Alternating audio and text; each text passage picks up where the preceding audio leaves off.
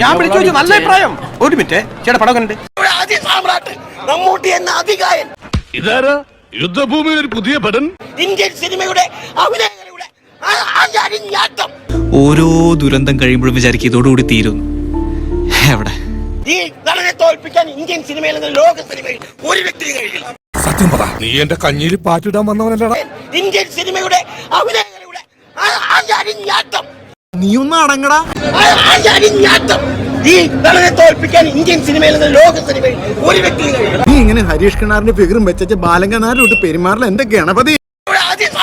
എന്താ സംഭവം അറിയില്ല, ഞാനിപ്പോ എത്തിയുള്ളൂ. ആശുപത്രി ചാടി വന്നവരാണ്.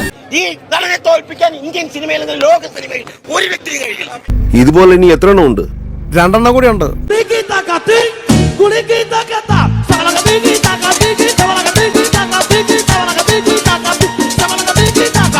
പിന്നെ മൂത്തിരുത്താൻ അവിടെ എങ്ങനെ കുഴപ്പക്കാരനാ? കുഴപ്പക്കാരനാണോന്ന് ചോദിച്ചാ മനസ്സെന്നറിഞ്ഞു തന്തയ്ക്ക് വിളിച്ച പോലത്തെ ഒരു സുഖം വരട്ടെ.